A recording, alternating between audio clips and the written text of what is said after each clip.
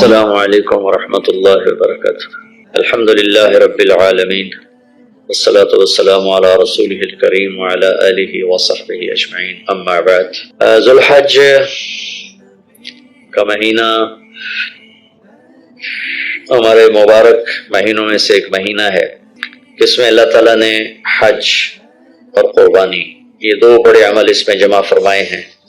پوری دنیا سے حجاج کرام اس مہینے میں حج بھی کرتے ہیں اور پھر مینا میں آ کر قربانی کرتے ہیں، اور اللہ تبارک و تعالیٰ نے ان ایام کی قسم اٹھائی ہے، والفجر ولیال عشر والشفع والوتر واللیل اذا یسر هل فی ذلک قسم لذی حجر۔ اور کسی دن کی قسم اللہ نے ایسے نہیں اٹھائی، خاص کر اللہ کو عید کے دن کی قسم اٹھائے یا جمعے کی قسم اٹھائے یا لیلۃ القدر کی قسم اٹھائے، انا انزلناہ فی لیلۃ القدر وما ادراک ما لیلۃ القدر، یہ گفتگو فرمائی، خبر دی۔ لیکن والفجر، مجھے قسم ہے فجر کی، اس سے مراد 10 تاریخ کی صبح جو 9 کا دن گزار کے حج کا دن ہوتا ہے، اور وہ گزار کے جب 10 کی صبح یعنی قربانی کی جو صبح ہے، اللہ نے والفجر اس کی قسم اٹھائی۔ نے ہفتے میں 7 دنوں میں ایک دن بابرکت بنایا، وہ جمعہ کا ہے۔ اللہ تعالیٰ نے قوم یہود سے کہا کہ میرے علم میں ایک دن ہے بہت برکت والا، وہ تم ڈھونڈو اور چن لو۔ تو انہوں نے خطا کھائی اور ہفتے کا دن چن لیا۔ ہفتے کو یہودی عبادت کرتے ہیں، کام نہیں کرتے۔ پھر اللہ تعالیٰ نے عیسیٰ علیہ السلام کی قوم سے کہا کہ ایک دن میرے بارگاہ میں بہت بابرکت ہے، دعائیں قبول ہوتی ہیں، اسے تم ڈھونڈو، ان پہ چھوڑا۔ تو انہوں نے اتوار چن لیا۔ لیکن جب ہماری باری آئی تو اللہ نے ہمیں نہیں کہا کہ ڈھونڈو، اللہ نے اپنے محبوب کی محبت میں جناب رسول اللہ صلی اللہ تعالی علیہ وسلم کی توفیل، اللہ تعالیٰ نے ہمیں خود بتا دیا کہ وہ جمعہ کی رات ہے اور جمعہ کا دن ہے۔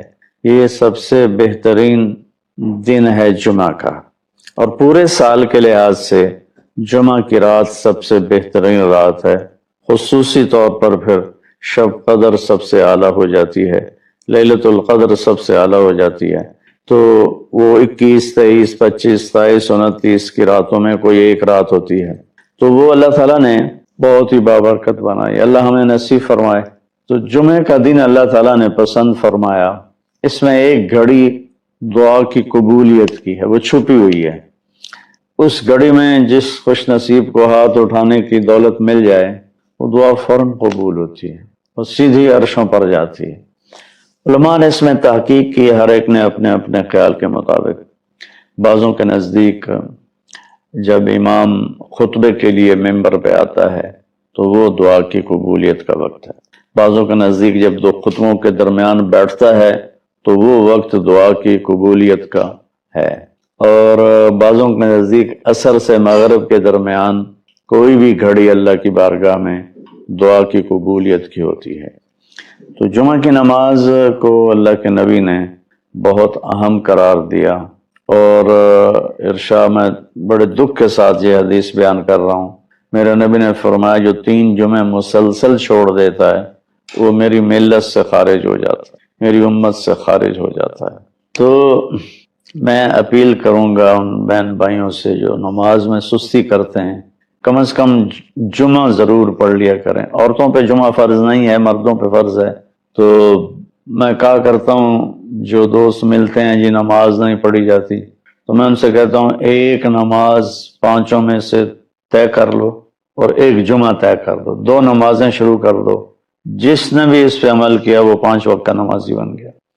تو جمعہ کی نماز کے بعد جمعہ سے جمعہ تک کے جتنے گناہ ہوتے ہیں وہ اللہ تعالیٰ معاف فرما دیتے ہیں، اور جو جتنی جلدی جا کے بیٹھتا ہے امام کا خطبہ سننے کے لیے اس کو اتنا زیادہ اجر ملتا ہے کہ دن کا مبارک عمل ہے کثرت سے درود شریف پڑھنا، اور 300 دفعہ جو درود شریف پڑھ لیتا ہے وہ کثرت میں شمار ہو جاتا ہے، اوپر کی کوئی حد انتہا نہیں ہے۔ ہمارے ایک رشتہ دار تھے، وہ انتقال ہو گیا، اللہ ان کو درجہ بلند کرے۔ وہ روزانہ ایک دن میں 10,000 دفعہ درود شریف پڑھا کرتے تھے. ہر وقت تسبیح ان کے ہاتھ میں ہوتی تھی اور روزانہ 10,000 دفعہ درود شریف پڑھا کرتے تھے. تو میرے بہن بھائیوں، میرے عزیزوں، اللہ تعالیٰ نے ہمیں ہر نماز کی بڑی اہمیت بتائی ہے، ہر نماز کی، لیکن خاص طور پر جمعے کی بڑی فضیلت ہے. اللہ نے جتنی تاکید قرآن میں کی ہے اور کسی کی اتنی تاکید نہیں کی. اور اللہ تعالیٰ نے 10 دفعہ اقیم الصلاۃ، اقیم الصلاۃ، اقیم الصلاۃ وآتوا الزکاۃ، تو 10-12 دفعہ اللہ نے قرآن میں براہ راست حکم کیا اقیم الصلاۃ وآتوا الزکاۃ. ایف ایس سی میں زولوجی کا تھا وہ پریکٹیکل، مجھے تو آتا جاتا کچھ بالکل مجھے اب یقین میں نے اسی طرح پاس ہوا. تو جمعے کا دن، اس دن میں نے بڑے اہتمام سے جمعہ پڑھا. جمعے میں ایک گھڑی ایسی ہے کہ جو دعا مانگو قبول ہو جاتی ہے. جمعے کے دن 24 گھنٹوں میں ایک گھڑی ایسی آتی ہے جو دعا آپ مانگو گے تھک جائے. تو اس دن مجھے لگتا ہے کہ اسی گھڑی میں میری دعا اوپر گئی. تو میں گیا مسجد بڑے اہتمام سے، نہا دھوتے، کپڑے بٹاتے، جو پڑھ کے بیٹھ گیا، یا اللہ مجھے تو کچھ نہیں آتا، میں ابھی جا کے سو جاؤں گا، تو مجھے خواب میں سارا دکھا دینا کیا کیا آنے والا. وہ ہو سکتا ہے وہی گھڑی قبولیت کی تھی. میں آیا نماز گھر اور کتاب اٹھا کے یوں رکھی اپنے سرانے اور سو گیا. میرے 5 منٹ 10 منٹ 15 منٹ آنکھ لگی ہوگی، میں نے دیکھا میں لیبارٹری میں بیٹھا ہوں اور میرے سامنے خرگوش بے ہوش آنے لگے اور وہ رکھے گئے. اس کے بعد لیفٹ سائڈ سے ایک ایگزامینر اندر آتا ہے، یہاں سلیو لیس شرٹ سفید اور گرے رنگ کی اس نے پتلون پہنی ہوئی ہے، اور وہ 5 سوال لکھاتا ہے اور کہتا ہے کوئی سے 4 حل کریں. میری جو آنکھ کھلی، مجھے 5 کوسچن یاد تھے کہ کیا اس نے کہا ہے. اور خرگوش میں زیادہ کہے گا بھائی ڈسیکشن کر کے ڈائجسٹو سسٹم دکھاؤ یا اس کا لیور سسٹم دکھاؤ. تو میں نے خرگوش کو پڑھ لیا اور وہ 5 سوال پڑھ لیے. جب میں پہنچا پریکٹیکل کے لیے تو میں نے دیکھا بے ہوش خرگوش ہمارے سامنے آنے لگے. میں کہہ رہا بھائی پہلی گال تو پوری ہو گئی. خرگوش آ گئے. اب بچہ یقین میں اس لیے کہتا ہوں کہ میری دعا اس گھڑی میں گئی. وہ گھڑی چھپی ہوئی ہے، کسی کو بھی مل سکتی ہے کسی وقت. مجھے اس دن وہ مل گئی. ادھر سے آیا ایگزامینر، سلیو لیس سفید شرٹ اور گرے پتلون. میں کہا اے گل بھی پوری ہو گئی. اس کے بعد اس نے 5 سوال لکھائے. ان میں ایک کوسچن وہ تھا جو میرے خواب میں نہیں تھا اور 4 وہ تھے جو میرے خواب میں تھے. اور اس نے کہا کوئی سے 4 حل کرے. میں کہا اے لو ہمیں حل کر دینا. میں یاد کر کے آیا بیٹھا تھا سارا. تو میں تو جب امتحان قریب ہوتا تھا نمازیں شروع کر دیتا تھا. اللہ کے ساتھ بھی 2 نمبریوں میں قربان جاؤں. اللہ اس 2 نمبری کو بھی مان لیتا. چلو بھائی دعا قبول کرو، پاس کر دو، فیل نہ کرو، پاس کر دو. پھر ولیال عشر، یکم سے 10 ذوالحج کی جو راتیں ہیں ان کی قسم اٹھائی. وہ شفع، یہ 10 کے دن کی قسم اٹھائی. والوتر، اور یہ اللہ تعالیٰ نے 9 تاریخ کی قسم اٹھائی. واللیل اذا یسر، اور یہ 9 اور 10 کی درمیانی رات کی اللہ تعالیٰ نے قسم اٹھائی. یہ کسی بھی ٹائم کی، دن کی، مہینے کی، سال کی اس طرح اللہ تعالیٰ نے خوبصورت انداز میں قسم نہیں اٹھائی جیسی اللہ تبارک و تعالیٰ نے یہ ان 10 دن راتیں، 9 کا دن، 10 کا دن، 10 کی رات، 10 کی صبح ہو. اور اللہ کے نبی کا فرمان ہے کہ ان 10 دنوں میں اللہ تعالیٰ کو جتنی عبادت پسند ہے وہ اور کسی دن میں بھی پسند نہیں. اور اس میں کوئی شک نہیں ان 10 دنوں میں سب سے بڑی عبادت وہ حج ہے، جس کو اللہ تعالیٰ نصیب فرمائے اور جس کے مقدر میں فرمائے. حج ان 10 دنوں کی سب سے بڑی عبادت ہے. عرفات کی 1 دن کی حاضری وہ 10 لاکھ دن کی حاضری یا 1 لاکھ دن کی عبادت کے برابر ہوتی ہے. اور عرفات کے دن کی حاضری میں اللہ تعالیٰ کا ارشاد ہوتا ہے، میرے بندو آج جتنے گناہ لے کر آؤ، جتنے بارش کے قطرے، جتنے درختوں کے پتے، جتنے ریت کے ذرے، جتنے گردش ایام میں جب سے ٹائم شروع ہے اس میں بننے والے دن اور رات، اور یہاں کے توبہ کرو میں سب معاف کروں گا. اور عرفات کے دن جتنا شیطان ذلیل ہوتا ہے اتنا کسی دن بھی ذلیل نہیں ہوتا. اور میرے محبوب صلی اللہ علیہ وسلم نے یہ دن حج کا، عرفہ کا زور اثر کٹھی پڑھ کے پھر سارا دن شام تک کوئی 5-6 گھنٹے مسلسل دعا مانگی. اور آپ نے فرمایا کہ اس وقت میرا اللہ میرے صحابہ پہ فخر فرما رہا ہے، اور قربان جاؤں خطاب کے بیٹے پر فرمایا اور عمر بن خطاب پہ اس وقت میرا اللہ خاص طور پہ خوش ہو رہا ہے اور خاص طور پہ عمر بن خطاب پہ اللہ تعالیٰ فخر فرما رہا ہے. تو ان 10 دنوں میں جس سے اللہ حج میسر فرما دے تو اس سے بڑی عبادت کوئی نہیں. حج میسر نہیں ہے تو پھر ان 10 دنوں میں نومی کا روزہ رکھنا، ان 10 دنوں میں روزے رکھنا، اس میں نوافل کی کثرت، صدقے کی کثرت اور قربانی، یہ سارے اعمال ان 10 دنوں میں انتہائی محبوب ہیں. جنہیں اللہ سعادت دے دے حج کی، بار بار جائیں. تابعوا بین الحج والعمرہ، حج عمرہ آگے پیچھے کرو، آگے پیچھے کرو.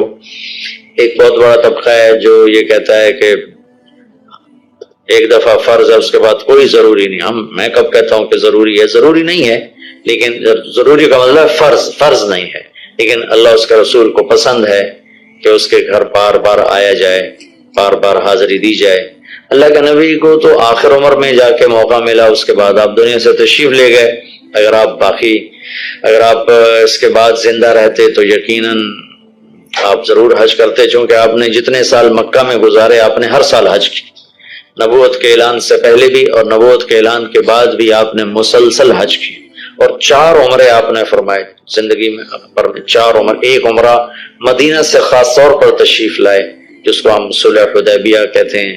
وہ ہو نہیں سکا لیکن آپ نے وہیں عمرے کا کام پورا کیا، سر مڑائے، احرام کھولے. پھر اگلے سال آپ اس کی قضاء کے لیے تشریف لائے. پھر ایک عمرہ آپ نے فتح مکہ کے بعد جارانہ سے احرام باندھ کے تشریف لائے اور عمرہ کیا، اور ایک عمرہ آپ نے اپنے حج کے ساتھ کیا. صدیقی دور میں پہلا سال جنگوں میں گزر گیا، دوسرے سال صدیق اکبر اپنے پورے ساتھیوں کے ساتھ حج پہ تشریف لائے. فاروقی دور میں عمر بن خطاب رضی اللہ تعالیٰ 10 سال حکومت کی، 10 سال حج کیا، ہر سال حج پہ تشریف لائے. عثمان رضی اللہ تعالیٰ عنہ نے اپنی خلافت کے دور میں جب تک امن رہا ہر سال حج کرتے رہے. جب فساد شروع ہوا تو آپ رکے اسی میں شہید ہو گئے. علی رضی اللہ تعالیٰ عنہ کو موقع نہیں ملا، جنگوں میں زندگی گزر گئی اور اسی میں آپ اللہ پاک کی بارگاہ میں پہنچ گئے. تو لیکن باقی 3 ساتھیوں کی خلافت کے دور میں آپ نے بکثرت حج اور عمرے کیے.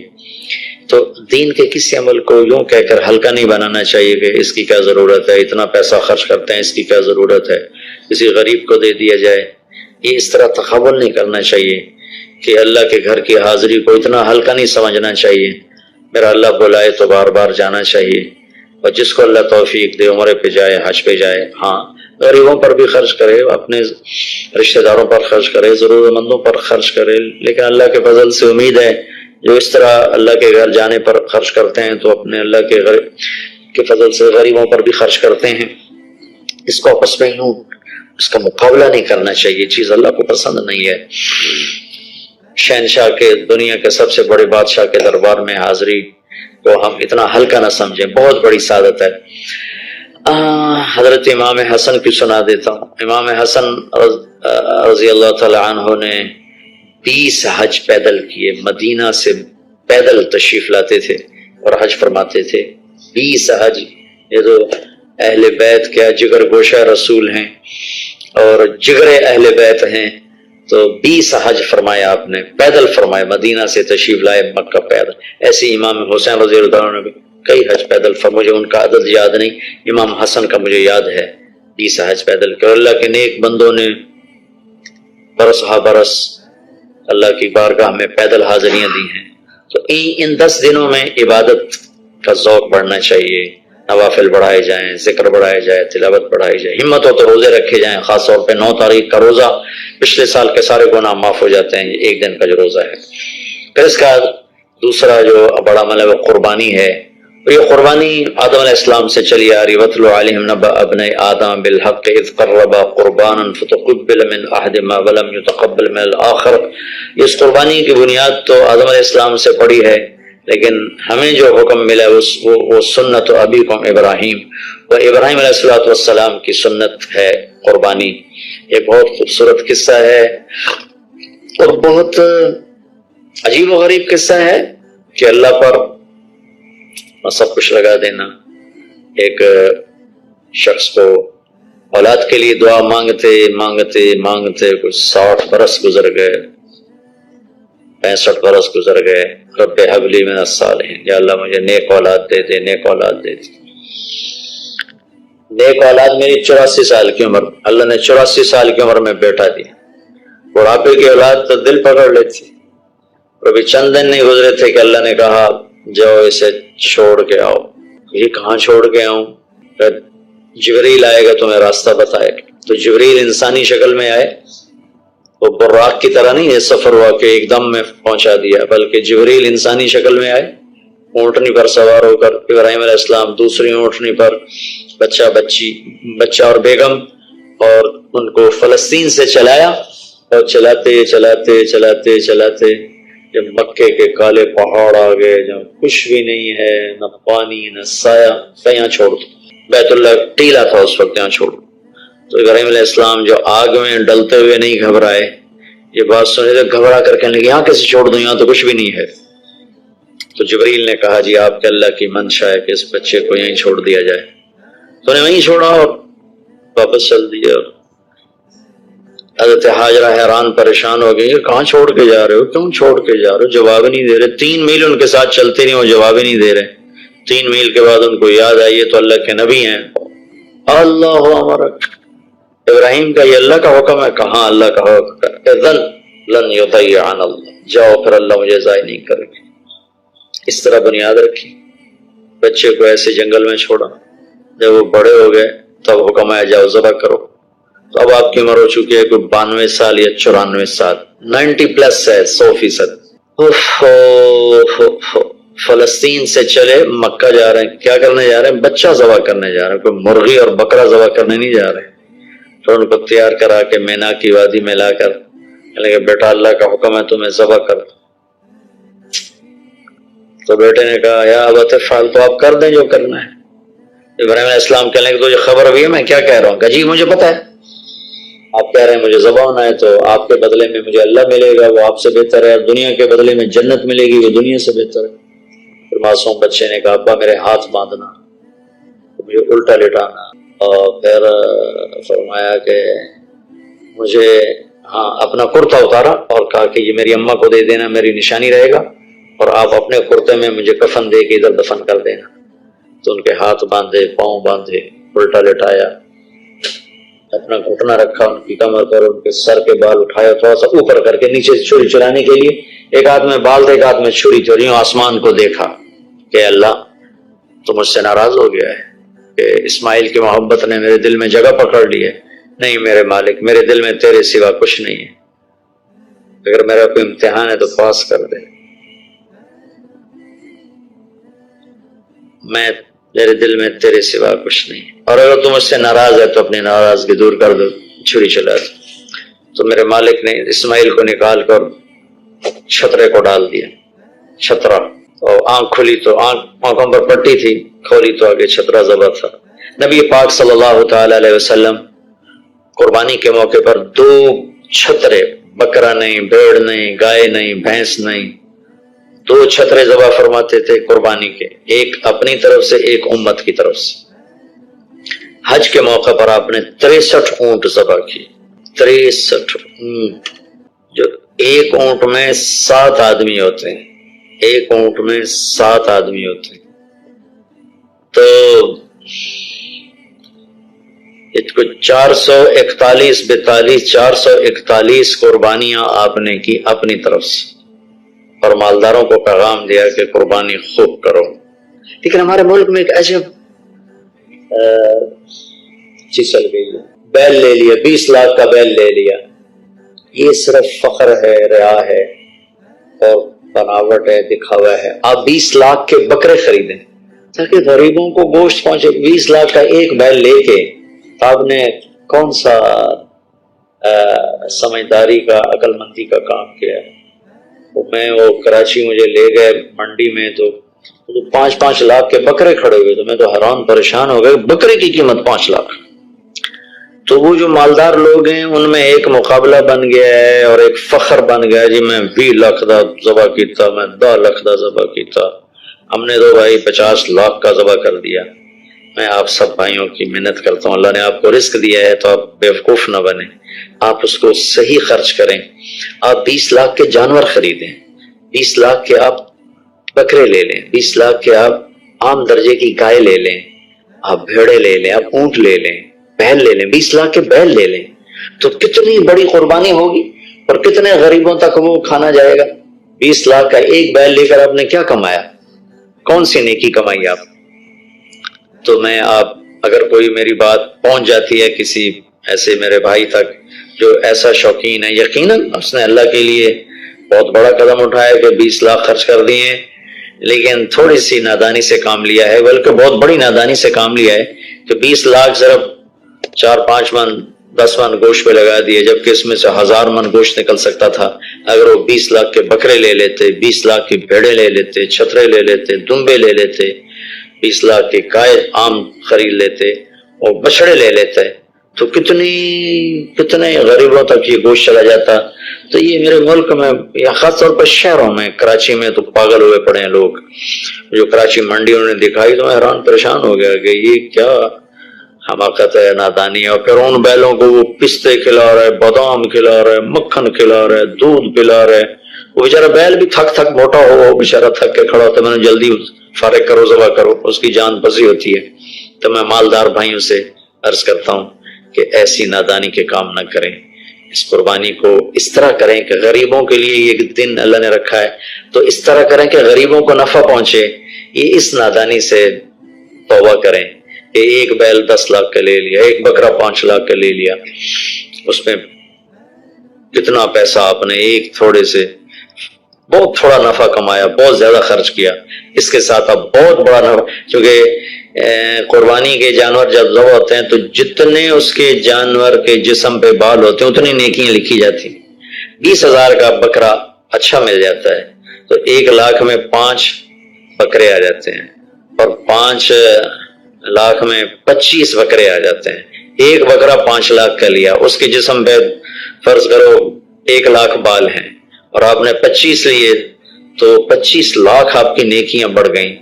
تو یہ بہت نادان طرز چل رہا ہے. میں آپ سب کی منت کرتا ہوں کہ اس طرح پیسہ ضائع نہ فرمائے, اللہ کی دی ہوئی امانت ہے. ایک بیل آپ نے 20 لاکھ کا لے لیا, 20 لاکھ میں تو 100 بکرے آ سکتے, 100 بکروں کے ذریعے سے کتنے لوگوں کی خدمت کی جا سکتی ہے. تو اس قربانی کو شوق سے بھی کریں, اور مستحب یہ ہے کہ جس کے پیسے جو قربانی کر رہا خود ذبح کرے یا اس کی جگہ کھڑا ہو, اس جگہ ذبح کرنے والے کے پاس کھڑا ہو. قربانی کے گوشت میں سے قربانی کی قیمت نہ دی جائے, قربانی کی اجرت نہ دی جائے, اجرت اس کے علاوہ دی جائے, اور اس کی کھال کا صدقہ کر دیا جائے. جہاں آپ مناسب سمجھیں وہاں آپ اس کا صدقہ کر دیں تاکہ وہ بھی اللہ کے راستے میں خرچ ہو جائے, استعمال ہو جائے. تو ان 10 دنوں کی اللہ تعالیٰ نے بڑی فضیلت رکھی ہے. اللہ تعالیٰ